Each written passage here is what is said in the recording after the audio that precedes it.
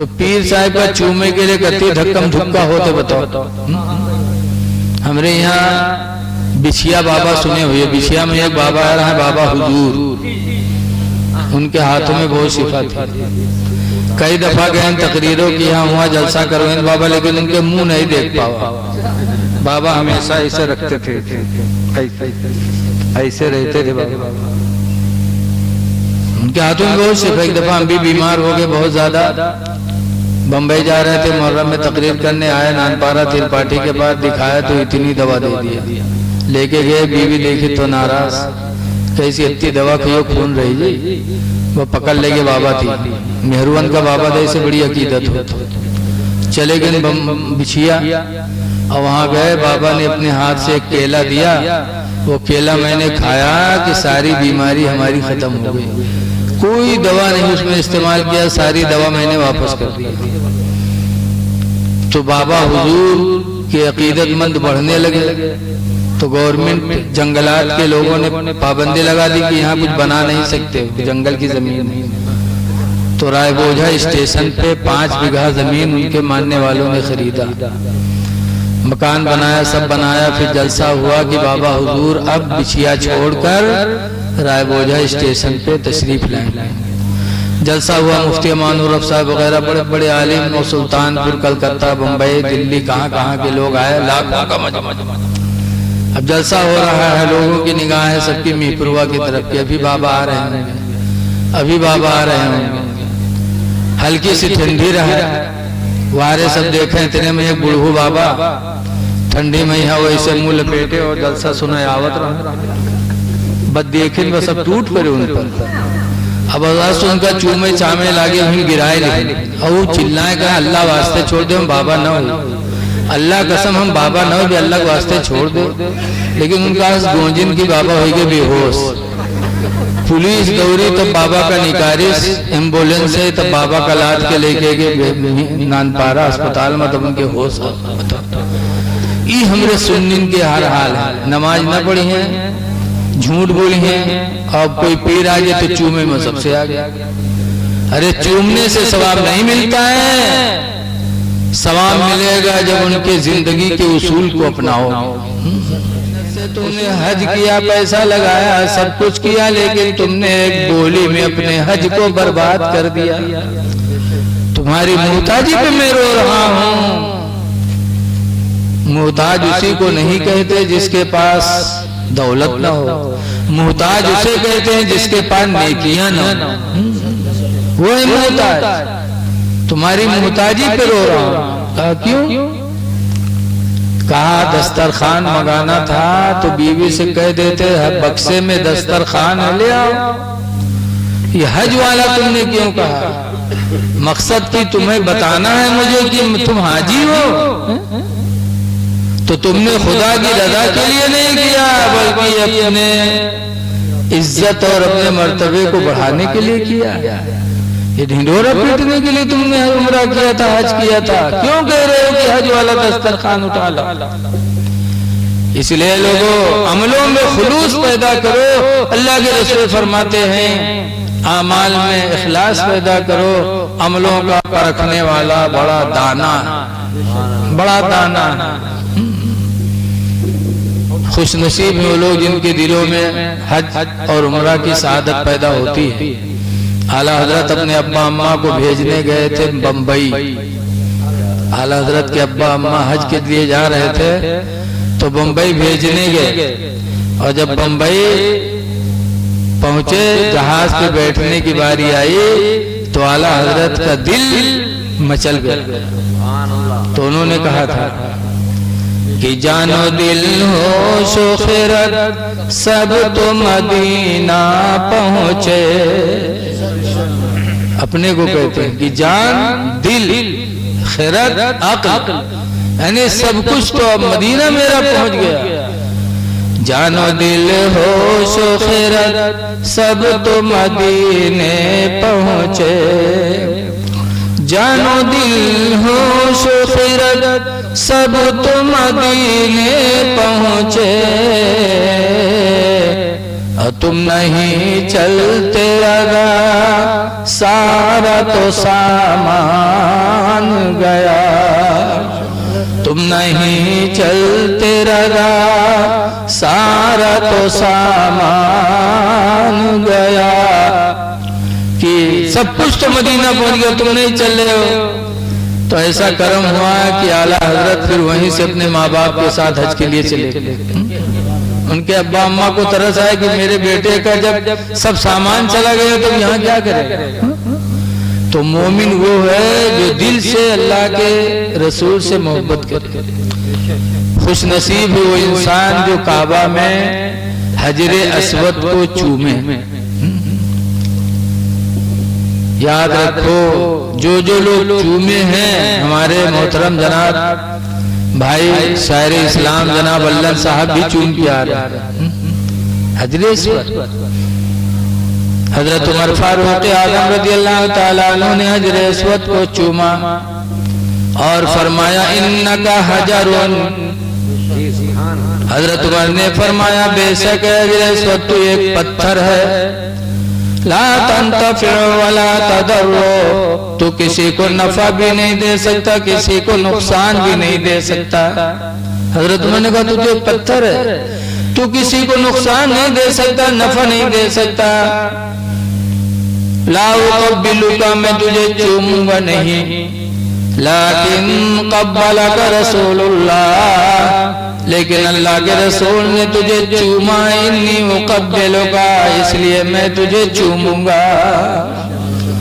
जब ये कहा कि तू न नफा दे सकता न नुकसान दे सकता, तो हजरत अली सुने तो उन्होंने कहा अमीरुल मोमिनीन आप क्या कह रहे हैं, आप क्या कह रहे हैं कि हजरे अस्वद किसी को नुकसान नहीं देगा, किसी को नफा नहीं देगा।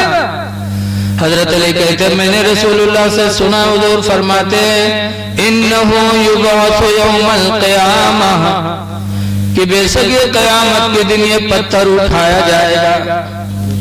वलहु ऐनानी, और इसके लिए क़यामत के दिन दो आंखें होंगी। वलहु शफ़तैन, और इसके लिए दो होंठ भी होंगे। वलहु लिसानुन, और इस हजरे अस्वद को क़यामत के दिन ज़बान भी होगी। हजरत अली फरमाते अल्लाह के रसूल ने फरमाया जिसके लिए गवाही दे देगा वो बख्श दिया जाएगा। आप कहते हो कोई नफा नहीं देगा, नुकसान नहीं देगा हजरे अस्वद। जब हजरत अली ने बात बताई तो हजरत उमर बड़े सहाबी थे, अमीरुल मोमिनीन थे, लेकिन हजरत अली से इतना खुश हो गए, इतना खुश हो गए, जो बात जानते नहीं थे हजरत अली से जान गए। तो खुश हुए तो उन्होंने दुआ के लिए हाथ उठाया कि या अल्लाह उस वक्त उमर को दुनिया में न रखना जब अली जमीन पर न हो। अल्लाह ताला अली से पहले मुझे उठा लेना, ऐ परवरदिगार उस दिन मुझे जिंदा न रखना जब इस दुनिया में अली न हो। अली इतनी बड़ी हस्ती का नाम है। पता चला खुशनसीब मुसलमान जो हजरे अस्वद को चूमे। लेकिन आज हजरे अस्वद को चूमने का मसला तो सुनो। मसला है सुन्नते रसूलुल्लाह उसका चूमना, लेकिन अगर भीड़ हो, ये उम्मीद हो कि हम चूमेंगे तो किसी को धक्का लगेगा, तो हुक्म है कि अब उसको चूमो ना। इस्लाम कहता दूर ही से हाथ ऐसे दिखा कर उधर और अपने हाथ को चूम लो, तो हजरे अस्वद का चूमना अल्लाह ताला कबूल फरमा लेगा। इसको शरीयत में इस्तिलाम कहते हैं। इस्तिलाम की भीड़ की वजह से करीब जाना मैसर ना हो, उम्मीद हो कि धक्का लगेगा, तो दूर ही से हाथ करके हाथ चूम लो, सुन्नत अदा हो जाएगी। अच्छा बताओ, उस हजरे अस्वद को रसूलुल्लाह ने चूमा है, कयामत के दिन वो जिसके लिए गवाही दे देगा वो बख्श दिया जाएगा। उसको चूमने के लिए किसी को धक्का नहीं लगना चाहिए। अगर धक्का की उम्मीद हो तो चूमो ना, दूर से करके हाथ चूम लो। अच्छा जब तुम्हारा पीर साहब आओ थे, तो पीर साहब का चूमे के लिए कति धक्कम धुक्का होते बताओ। हमारे यहाँ बिछिया बाबा सुने हुए, बिछिया में एक बाबा आ रहा है, बाबा हुजूर, उनके हाथों में बहुत शिफा थी। कई दफा गए तकरीरों की, यहाँ हुआ जलसा करवाए बाबा, लेकिन उनके मुंह नहीं देख पावा। बाबा हमेशा ऐसे रखते थे, ऐसे रहते थे बाबा। उनके हाथों में बहुत सिर्फ। एक दफा हम भी बीमार हो गए बहुत ज्यादा, बम्बई जा रहे थे, मुहर्रम में तकरीर करने आए, नानपारा त्रिपाठी के बाद दिखाया तो इतनी दवा दे दी। लेके गए, बीवी देखी तो नाराज, कैसी इतनी दवा खियो, खून रही जी। वो पकड़ लेके बाबा थी, मेहरुवन का बाबा दे से बड़ी अकीदत हो। चले गए बिछिया और वहां गए, बाबा ने अपने हाथ से एक केला दिया, वो केला मैंने खाया कि सारी बीमारी हमारी खत्म हो गई। कोई दवा नहीं उसमें इस्तेमाल किया, सारी दवा मैंने वापस कर दी।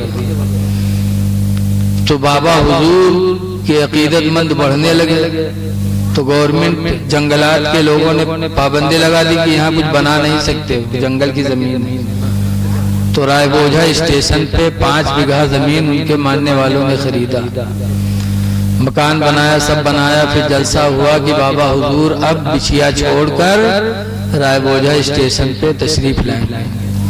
जलसा हुआ, मुफ्ती अमानुर रफ साहब वगैरह बड़े बड़े आलिम और सुल्तानपुर, कलकत्ता, बम्बई, दिल्ली, कहाँ के लोग आए, लाखों का मजमा। अब जलसा हो रहा है, लोगों की निगाह है सबकी मीरपुरवा की तरफ की, अभी बाबा आ रहे होंगे, अभी बाबा आ रहे होंगे।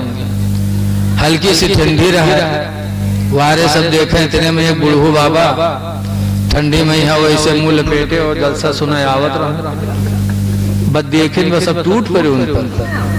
अब आवाज से उनका चूमे चामे लागे, वहीं गिराए ले और वो चिल्लाए कहा अल्लाह वास्ते छोड़ दे, हम बाबा न हो, अल्लाह कसम हम बाबा न हो भी, अल्लाह के वास्ते छोड़ दो।